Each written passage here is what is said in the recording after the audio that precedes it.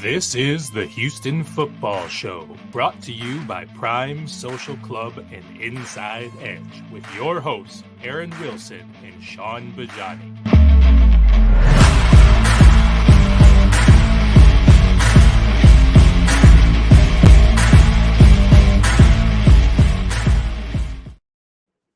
All right, welcome into the Houston Football Show. I'm Sean Bajani from Sports Radio 610, joined as always by NFL insider Aaron Wilson, who covers the Texans for KPRC Local 2. And obviously now, Aaron, busy time for you. I know you're getting all kinds of contacts going with agents and players and coaches, and you got a lot of stuff going on. So let's get right to it. We have a ton of stuff to cover.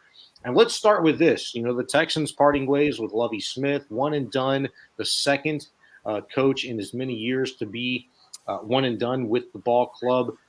Tell us a little bit about what you've learned, the latest on that decision, what you're hearing now after the fact, Aaron. Right. They made an organizational decision that they all agreed on. Cal McNair and his family, Nick Caserio, the general manager. And a lot of it came back to, the interaction that Lovie Smith was having in the building. And what I've been told is that he was not open to suggestions. He wasn't very receptive to a lot of feedback from players, staff. They didn't change things very often. He was basically as advertised, a good man, but an old school coach that didn't embrace some of the data and the analytics and really just unreceptive, that is, to making changes on the fly. And ultimately, that contributed to the decision, but it wasn't the only reason for the decision. A lot of it's, they're thinking about the future and how lopsided it was in some games and uncompetitive. And it wasn't enough that they were figuring it out a little bit at the end. It just didn't give them enough encouragement to go forward with him. And they're looking for a coach that's going to be here for a long time.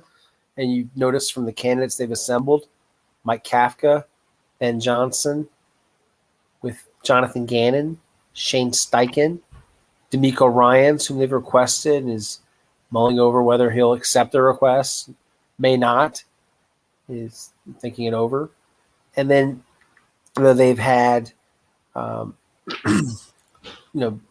look at this group, and it's young guys, up-and-comers, haven't been a head coach before, and people that are, they think very highly of, that they think have a chance to, be up and coming. Also, Denver Broncos defense corner Ezra Evero, and for one of these guys to be the guy. I still think it's going to be Jonathan Gannon. Ultimately, who interviewed twice last year, has been very impressive, but we'll see. And this is just the virtual phase that will start on Wednesday. They'll have virtual interviews, and after those are wrapped, they'll be able to talk to guys that are in the wild card game and do interviews with those guys in person, and anyone else they want to talk to in person. So this is just the virtual round, and then it goes to in person. In person is usually more important. And then we'll see, are there second interviews? I would think there will be as you get to finalists, and then hopefully at some point an offer and acceptance and a new head coach. And it took 25 days last time. So we're on the clock. Lovie has been out since Sunday night, so I'll just start counting Monday. So tomorrow's just day 3. Yeah. Aaron, if you can, I don't know how much you can say, but I was really interested in your report in regards to Lovie's relationship with players in terms of, from a business sense, a football sense, the ideas, thoughts, strategies, suggestions that players would have to him, the coaching staff, and how little they felt that they were heard. Can you talk a little bit more about that? And if you felt like, the sense that you got from the players that you talked to, maybe the agents that you talked to, whoever your sources were, like, to what degree was that maybe just from an individual standpoint, or was that like a team-wide issue? Right.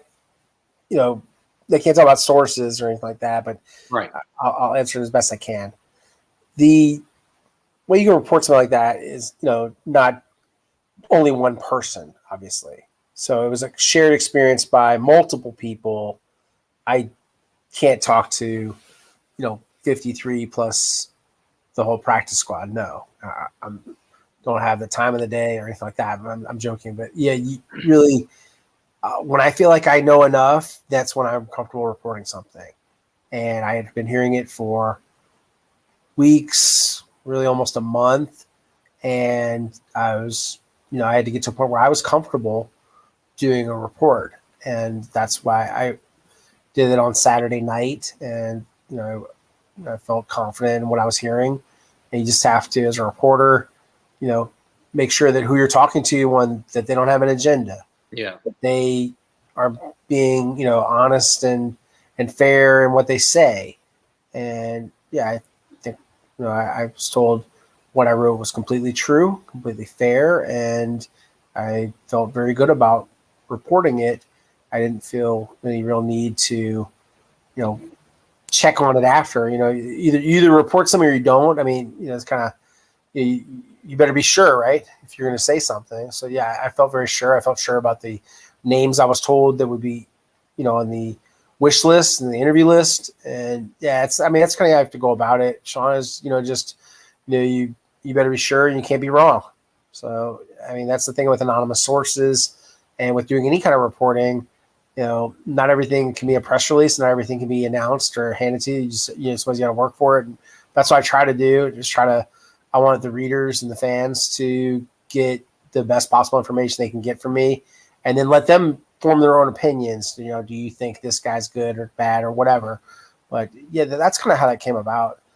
Sean, I just talked to as many people as I could, and I was, including like after traveling to Indianapolis, working the phones and just trying to find as much information as I could get to really feel sure about everything and comfortable.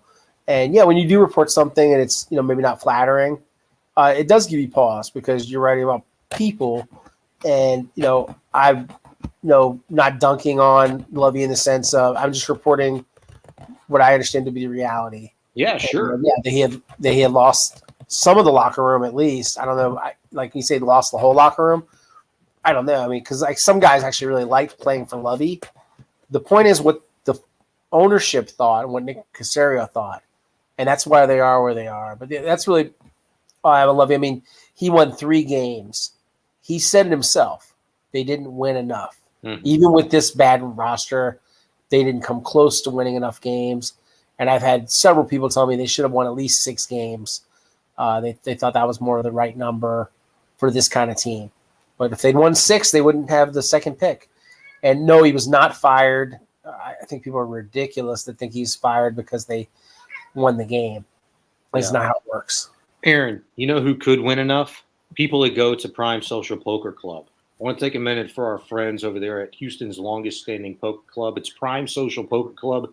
They're located at 7801 Westheimer. They've got a long-standing relationship and reputation for taking care of their customers with class, quality. It's not just a poker room. It's a place to hang out with the boys. You can get a great meal, drinks. They got a fully stocked bar, great atmosphere, pool tables, all kinds of games throughout the venue, and, of course, dozens of poker tables where there's a lot of money at stake. Prime Social Poker Club is over 21,000 members now, and you can become one yourself today. Lifetime membership begins at just $10. And once you join up, you can take part in daily and nightly tournaments with buy-ins ranging from $60,000 to $5,000. Guaranteed prize money.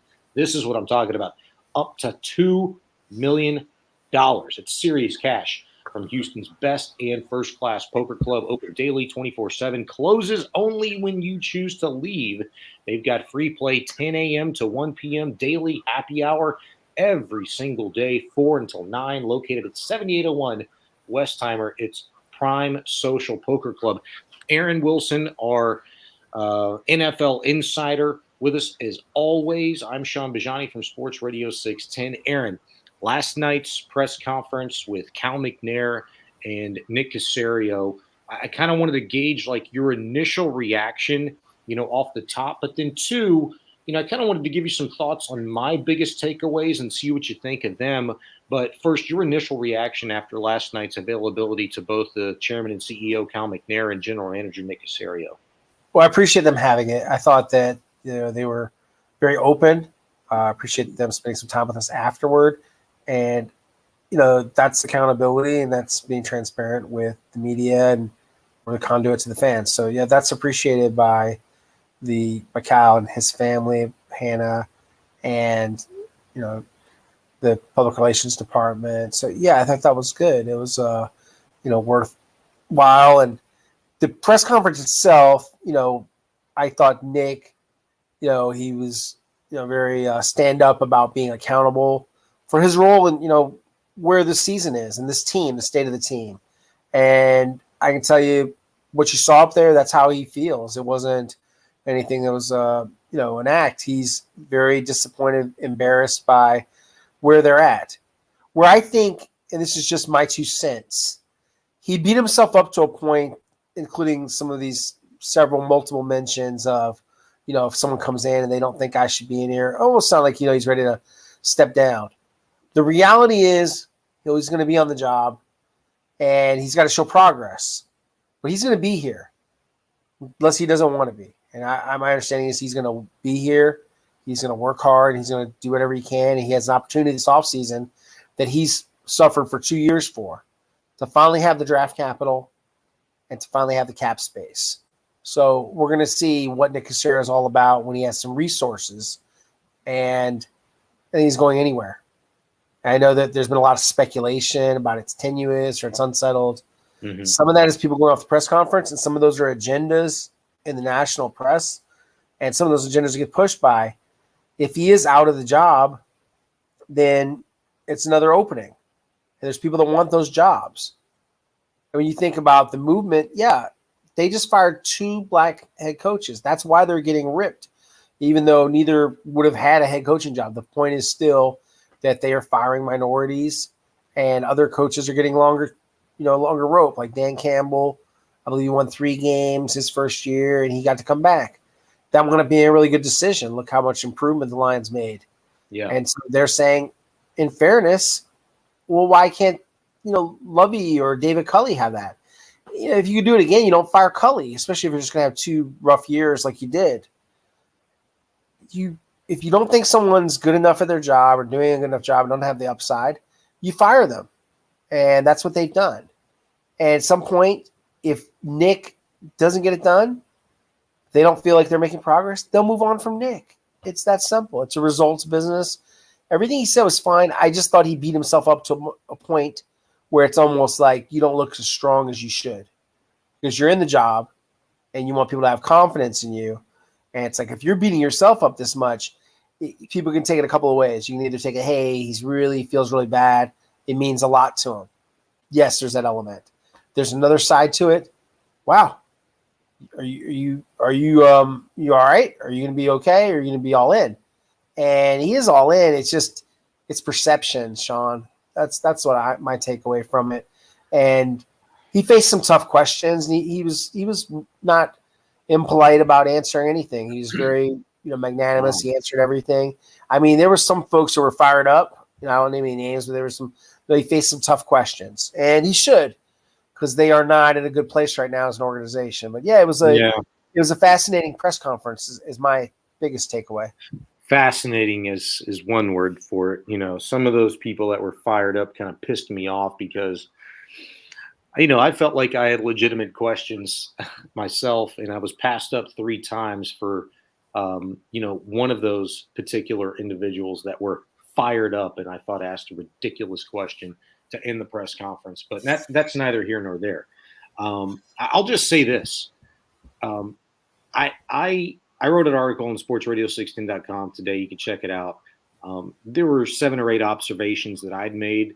And I just thought initially, Aaron, when Cal McNair and Nick Caserio came out and addressed the media with their opening statements, I thought both seemed very oddly nervous in that setting. And I'm used to seeing Nick very prepared, very calm, cool, collected, in control, a guy who has an agenda, or maybe not even agenda. Maybe that's the wrong word, but maybe you go back to the word prepared in knowing what the media is going to ask, and he knows exactly how to answer these questions. And I just thought, like, if you are in for Nick Caserio alone, because I can excuse away, Cal being in front of a microphone and cameras. That's something that just he's not proven to be very good at before in the past. But from Nick's standpoint, if you're all in, I just found it very odd that you're going to fall on the sword, that you're going to allude to multiple times that if a candidate, not even a hired employee that is paid, next to you has a problem working with you, that you would step down. Like, I thought that was an opportunity to show a little bit of strength. I thought that was an opportunity to kind of not fan the flames, but put out the fire, so to speak, and then show a little bit of control and, steadiness going forward. And I don't think that he met necessarily that type of criteria last night with the way that he handled answering some of those questions. I thought was very interesting. Absolutely. I thought that it was an emotional moment for Nick. I think we saw a lot of his emotions, and I think some of it is to show how seriously you're taking it. But anyone can interpret things different ways. My interpretation is, yes, I kind of could feel where he was coming from, speaking from the heart, that it's not good enough. I think he thought if he tried to spin it, imagine the reaction if he tried to say, hey, we know we're on the right track, trust us. I don't think that would go over very well either. So it's a lose-lose kind of thing. There's not a whole lot of wins you can have in a press conference like this because you're not promoting anything good. Any mentions about draft capital and cap space, yes, that's all true. But when you fire coaches every year, you've had 4 head coaches, including the interim coach Roman Cornell and Bill O'Brien, in this 3-year span. When you do that, you've lost a lot of credibility, and you're failing. And this is a weak division. The Jaguars and the Titans aren't that good, and the Texans aren't even close to them.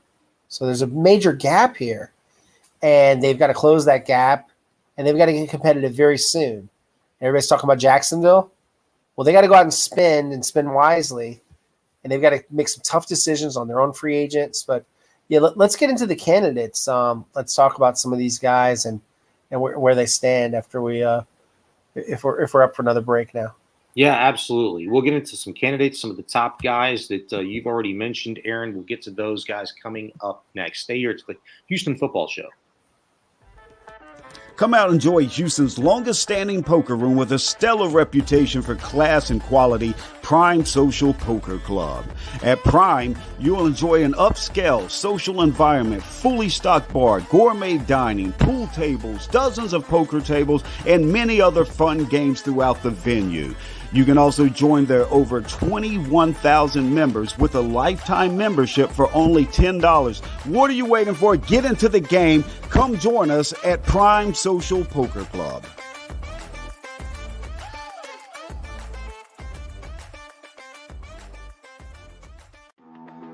Inside Edge was founded over 30 years ago as a data and analytics provider for Major League Baseball clubs. If you've seen the movie Moneyball, then you know Inside Edge. They were part of the data and analytics revolution in professional sports. Fans can now have access to the same insights and analytics used by pro teams for free at myinsideedge.com. My Inside Edge is a destination for sports bettors and daily fantasy players where they can find matchup-specific insights and projections to help make informed betting and fantasy decisions. Again, that's myinsideedge.com. All right, welcome back to the Houston Football Show. Sean Bajani, Sports Radio 610, along with NFL insider Aaron Wilson. Aaron, I know you wanted to get to coaching candidates, so let's get right to it. Here's what I'm interested in. Nick Caserio pointed to last night in regards to candidates. He said, hey, he could spend 2 days going through the list of qualities and characteristics that he'd be looking for, to take over this football team in 2023 and beyond. I want to know, from you, what you're hearing. Who are the top candidates? What's their history, coaching trees, experience, how much all of that matters, and who is maybe the top 2, top 3 most impressive guys available to the Texans when this all thing is said and done? I would say the most impressive candidates that they have lined up so far, and there are going to probably be more interviews lined up. They're only at 6 right now, and one of them needs to consent to interview DeMeco Ryans. But yeah, certainly if they can get him on the list, that would be great. I don't anticipate him coming here, though. I would say Jonathan Gannon, who the interest is very strong. It's mutual between the Texans and Jonathan Gannon. And he interviewed twice last year. He not really knocked it out of the park in the interviews. And he comes from a defensive background. His mentors include Mike Zimmer and Frank Reich, Greg Williams. He has a personnel background. He's worked in scouting. He's mostly worked with defensive backs before becoming a defense coordinator. And when I've heard from players that have played for him, he can definitely lead the room. He can stand up in front and command the respect of the men. And he's sharp scheme-wise. He'll bring a modern defensive scheme, and he is someone that embraces analytics. He does have some things in common with Nick. They're both from Cleveland. He's from St. Ignatius High School, and he was a football player like Nick. He was a scholarship athlete at Louisville. He was a safety until he had a career-ending hip injury. I think he's smart, very polished, and I've met him before. He makes a good impression. Ben Johnson is a really creative play caller that has galvanized the Lions offense. He has done a great job with Jared Goff, has them playing really good football. They do a lot of creative things. They do a good job of mixing the run and the pass. And he worked with Ronnie McGill, the Texans personnel director. I shouldn't say worked with.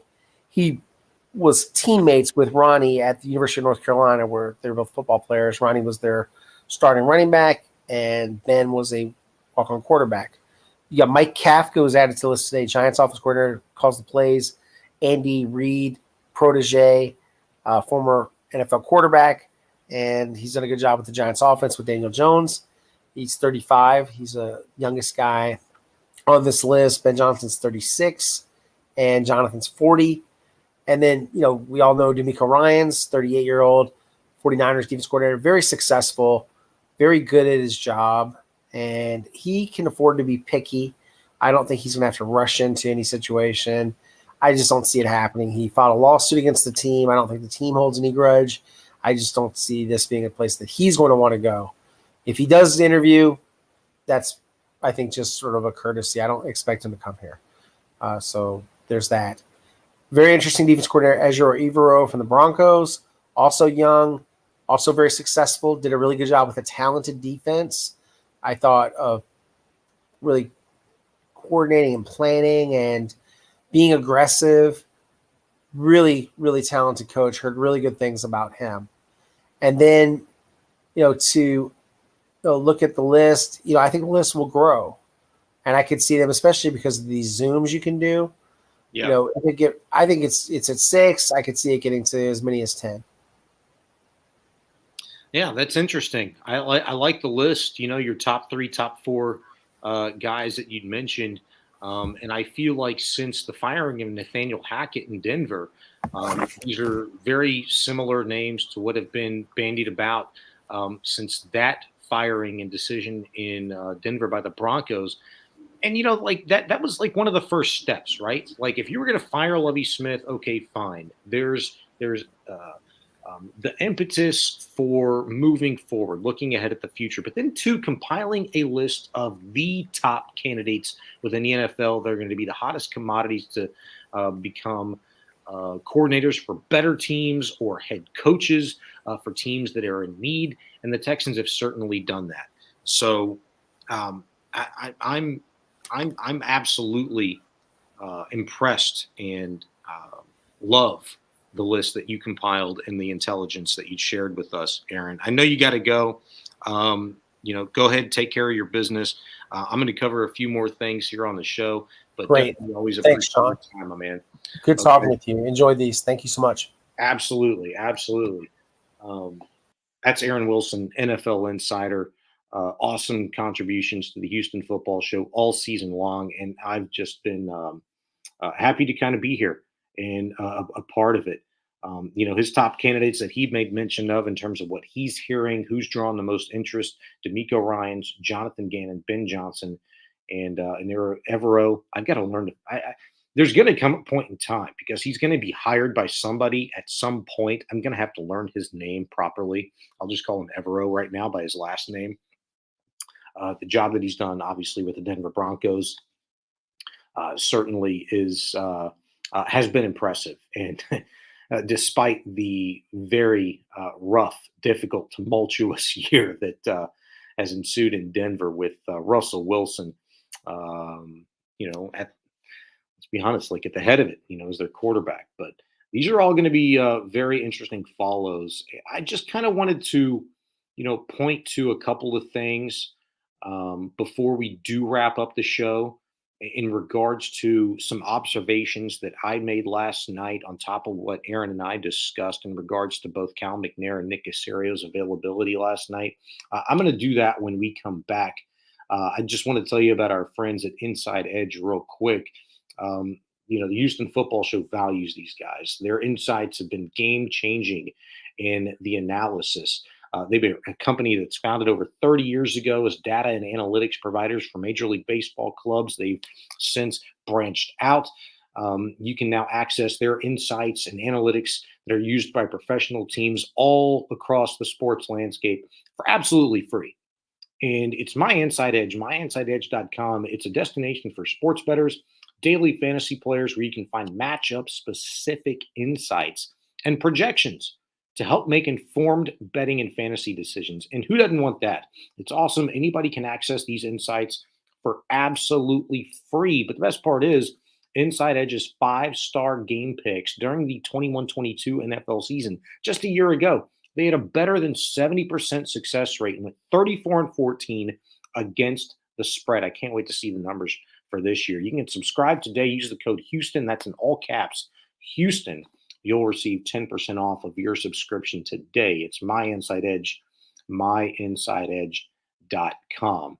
So kind of wanted to get to some observations because I thought last night was an important time for the Houston Texan fan base, for the city of Houston, for people that do just follow this team, for media types, the whole bit, the whole 9 yards. I thought it was an important night because it's not often that we get a chance to hear these days from a Texans general manager. It seemed like it was a little bit different where we would hear from guys like Rick Smith, who was general manager for this organization for many, many years, I think 12, 13 years.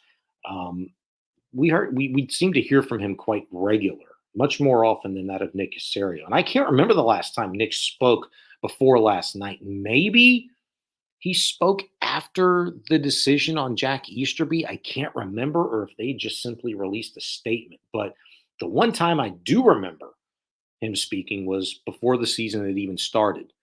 They were about 2 or 3 weeks out of the regular season getting underway, and Caserio had an availability. As far as Cal McNair, couldn't tell you. The last time I remember seeing him in public, he was flipping burgers after a training camp workout. And that's it.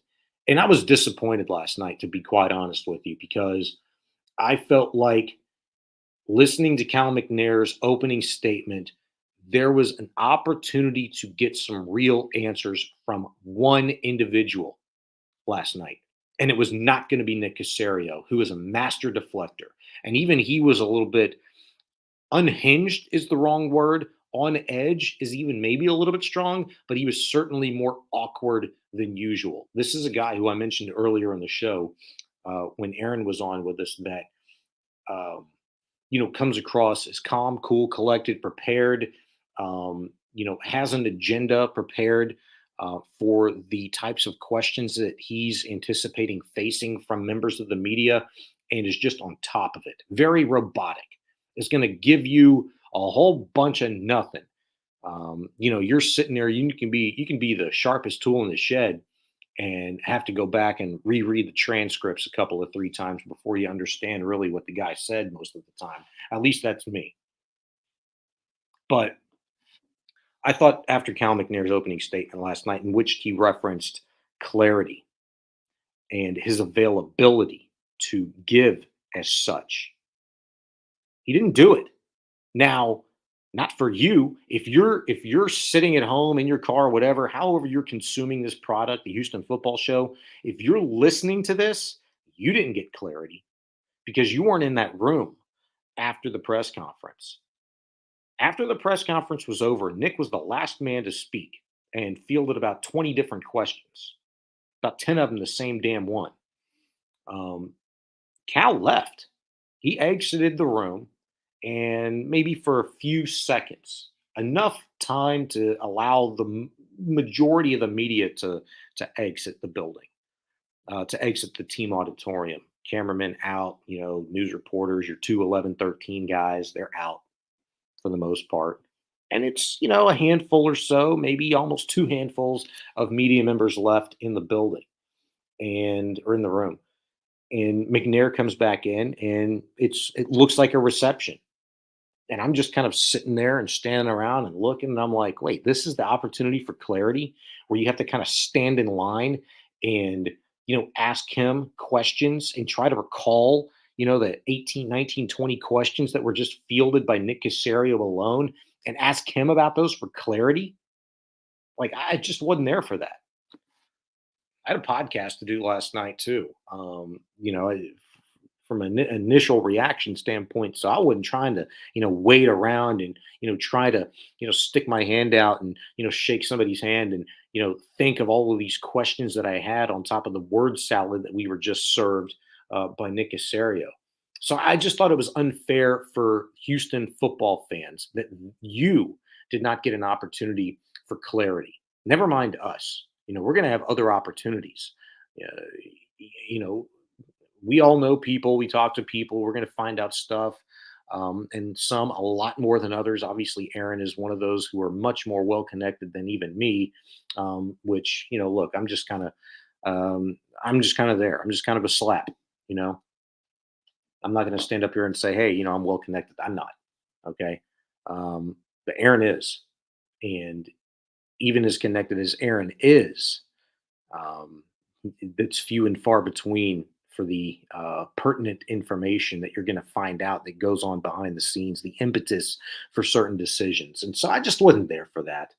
And how much is he going to say anyway? Whatever he's going to say in private, I'd rather him say in public. So Houston football fans, Houston Texan fans can hear from the chairman and CEO, the guy that is charged with improving, bettering, rebuilding, and giving this city a football team that it can be proud of once again. Because, let's be honest, over the course of the last 3 years, the fan base has absolutely suffered, and none of it is deserved. And it's mostly all self-inflicted. There's only so much you could have done about Deshaun Watson and his personal ventures. But, the fact that the fan base has just been reduced to what was once a thriving, loyal, passionate fan base that sold out NRG for, 19 consecutive seasons. We just wrapped up season 21. You sold it out for 19 straight seasons, and you've been served a heaping pile of crap for the last 2 years. You deserved better, and I thought you deserved the clarity coming from the mouth of the chairman and CEO, Cal McNair, last night, and not what you got, which was nothing. So that was my first observation. And I promise I won't be so long-winded on that one. That just kind of burned me up. But the next one was, I just thought, and I mentioned this earlier with Aaron, that McNair and Caserio both seemed extremely nervous last night in delivering their opening statements. And Caserio, it took him a long while to kind of settle in.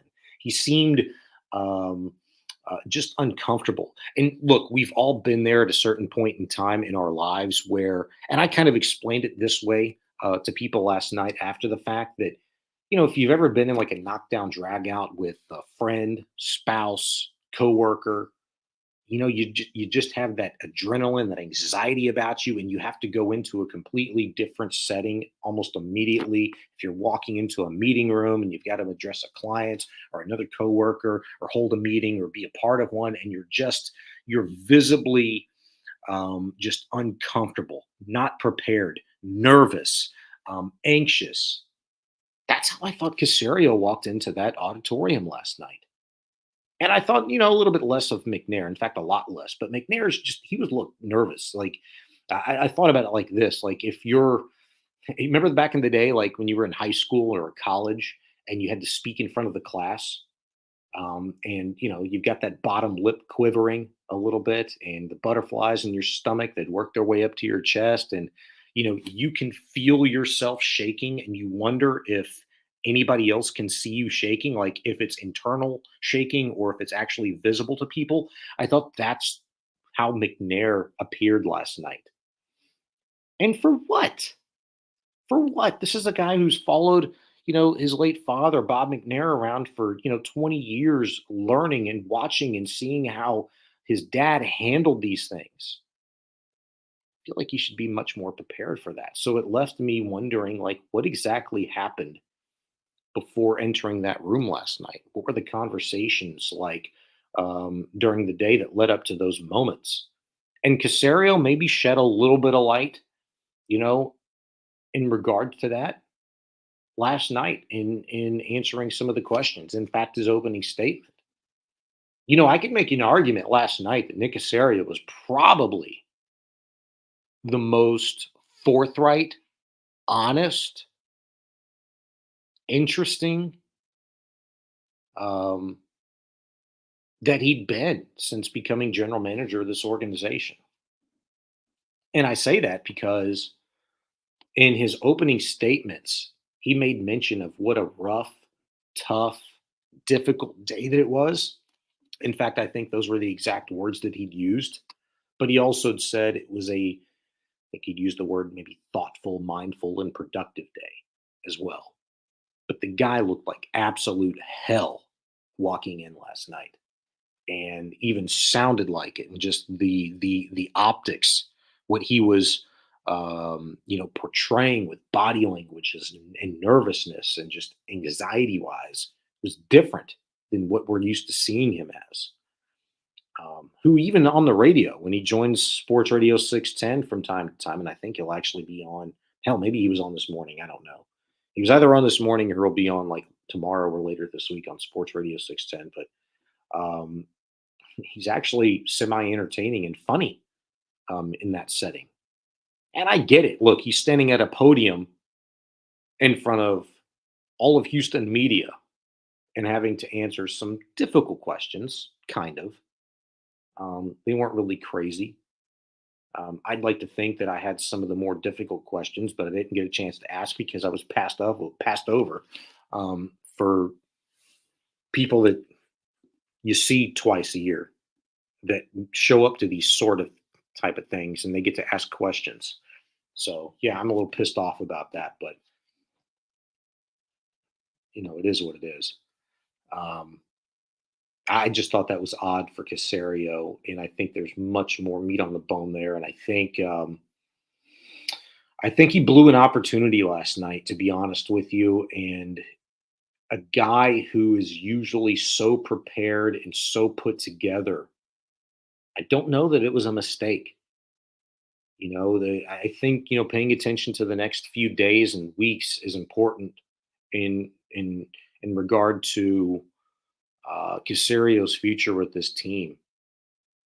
I just kind of put out a thought today, and maybe it's not an original one, but it's a thought, and the fact that maybe it is an original one maybe says something. And I just tweeted out that, and you can catch me at Sean Bajani on Twitter. I just put out, that hey, in regard to Casario mentioning multiple times, in fact, I think it was 3 times last night as a part of 2 different questions. In his response, that alluding to that if a candidate or if the owner, disregard Chairman and CEO Cal McNair, don't see that I'm doing my job well enough, or don't see that I'm a fit and worthwhile of holding this title as general manager, then I have to accept that, acknowledge that. Those were the words that he'd used last night. That was an opportunity for him to not fall on the sword necessarily, because he could have done that without going that route. He could have said, like, hey, look, like, as he did multiple times as well last night, like, hey, have we failed? Have things not gone as well as we anticipated? Have we made some poor decisions? Have we fallen short? Yes, obviously, absolutely. And he fell on the sword that way, but said that he's going to continue to work his ass off and improve and utilize things that he hadn't done before, which I thought was another interesting little nugget. But we'll get to that. He just didn't have to go that route and say, and allude to rather, that yeah, I might walk away, I might step down. He didn't say that, he alluded to it. There was the thought there. And I think immediately it has to go to, well, what's going to transpire in the coming hours, really, because they can interview guys virtually right now. They've put out all these requests, and Aaron even said they put out like 6 different requests to coaches, and he named a few of them. Whether it be D'Amico Ryans or John Gannon or Shane Steichen or Ben Johnson or Evero, the double E guy from the Denver Broncos. Doesn't mean they have to accept the request. And if they don't, and if you're not getting, if it's not reciprocated by the top candidates in the NFL, you have to ask yourself the reason why. And who's the common denominator over the course of the last couple of years in which your organization has spiraled out of control downward?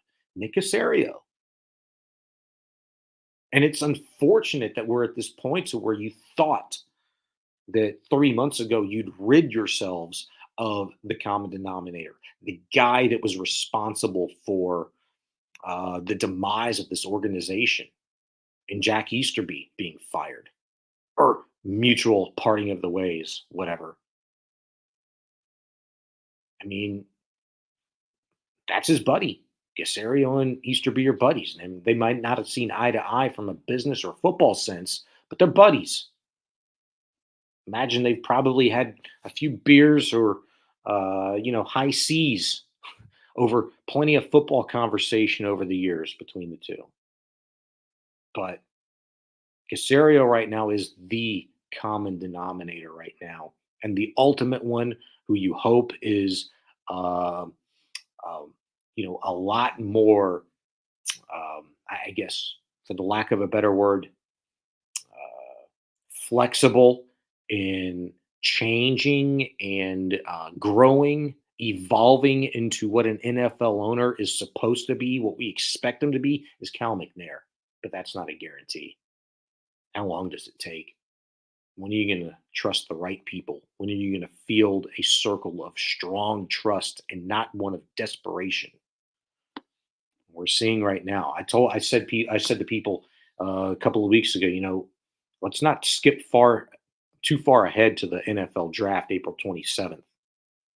We're going to learn a lot more about Cal McNair between now and April 27th in terms of, what kind of owner he's going to be, at least for the next year or two. Because I can't go beyond that. Who knows what's going to happen with that situation? And at least last night, the words sounded good, but they've sounded good before. He basically stole an entire paragraph from his introductory opening statement to when they hired David Culley, to when they fired David Culley, to when they hired Lovie Smith. It's been the same crap over and over and over again. He's just ripping sentences and paragraphs from the same junk and recycling it. And at some point, and at least Nick said it as much last night, it is about action and not words. So there's that. I thought, for my next observation, when Caserio made mention of organizational failures since taking the job a couple of years ago, numerous times, acknowledging those failures, repairing the damage can't take as long as it did to get the organization to the state that it's currently in. It just has to happen overnight. And the question, one of the questions that I wanted to ask last night was, not so much like expecting him to name teams, but for me to kind of do it for him and explain a little bit more as far as what he's observed from the outside looking in terms of teams like Jacksonville, Detroit, Cincinnati, the Giants, teams that have undergone pretty drastic turnarounds in a short amount of time, relative at least to what the Texans are going through, where they're coming off of back-to-back 4-win seasons and now a 3-win year under Lovie Smith. So 3 consecutive years of horse crap.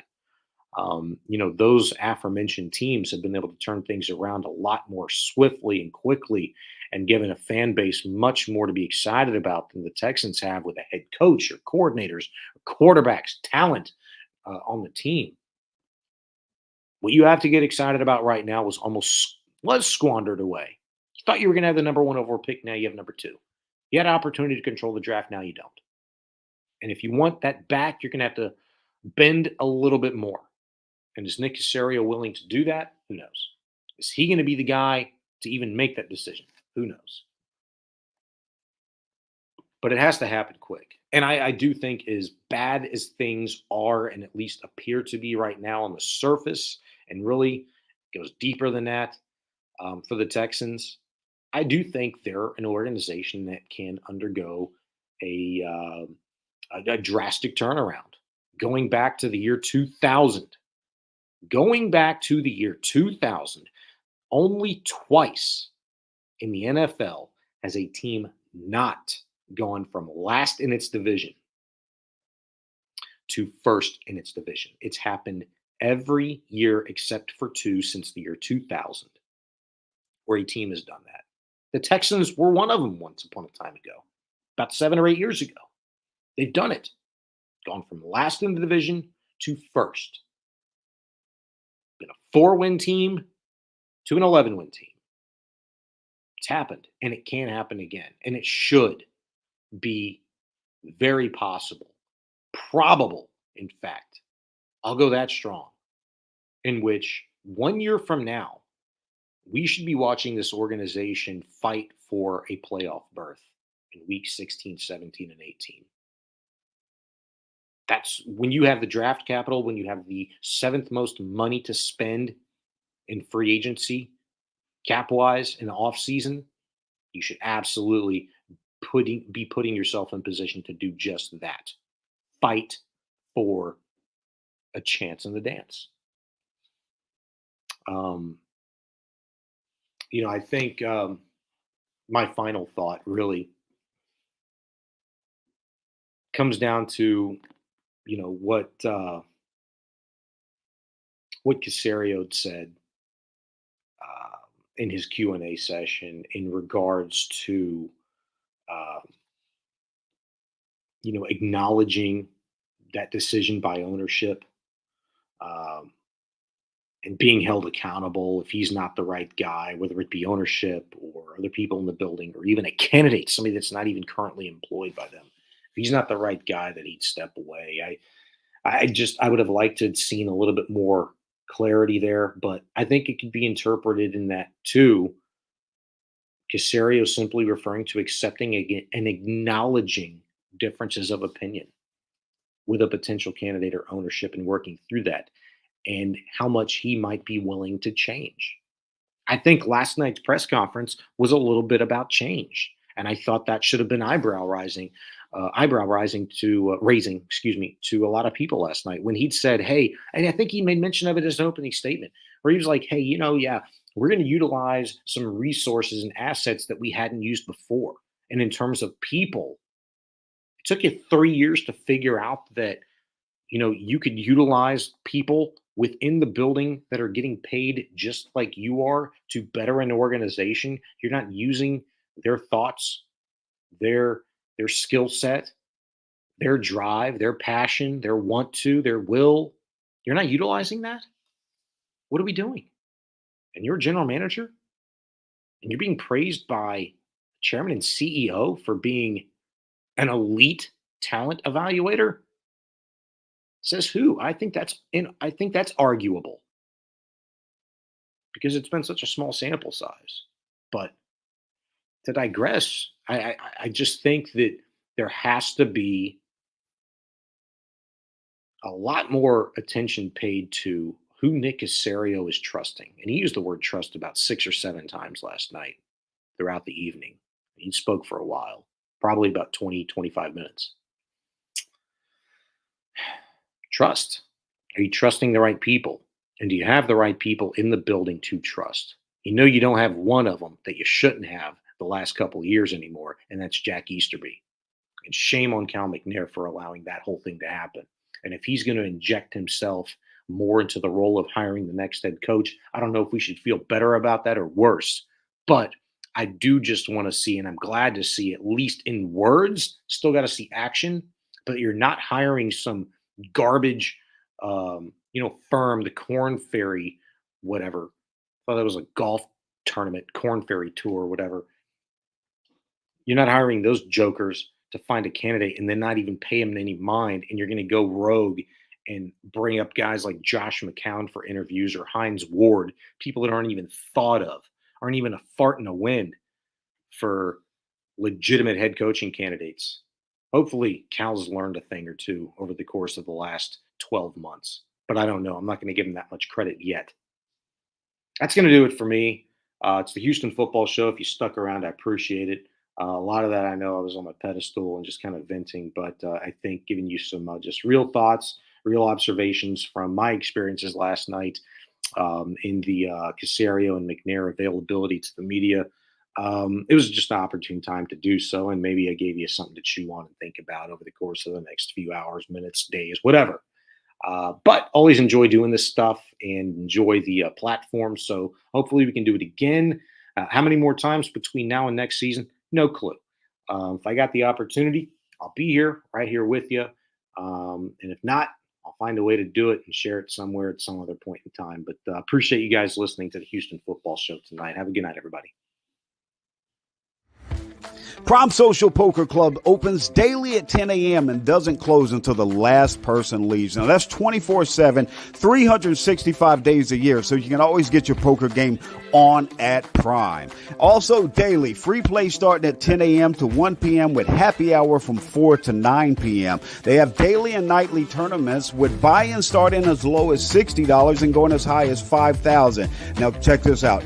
Guaranteed prize money as large as $2 million. What are you waiting for? Get in the game. Prime Social Poker Club here locally in Houston, 7801 Westheimer.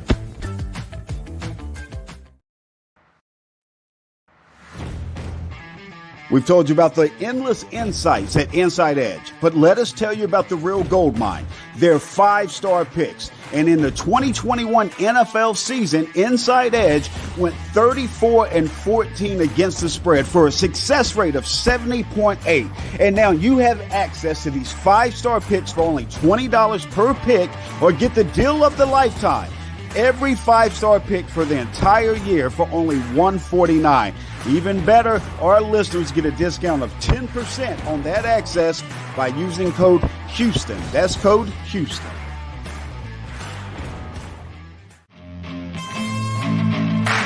This has been the Houston Football Show, brought to you by Prime Social Poker Club and Inside Edge.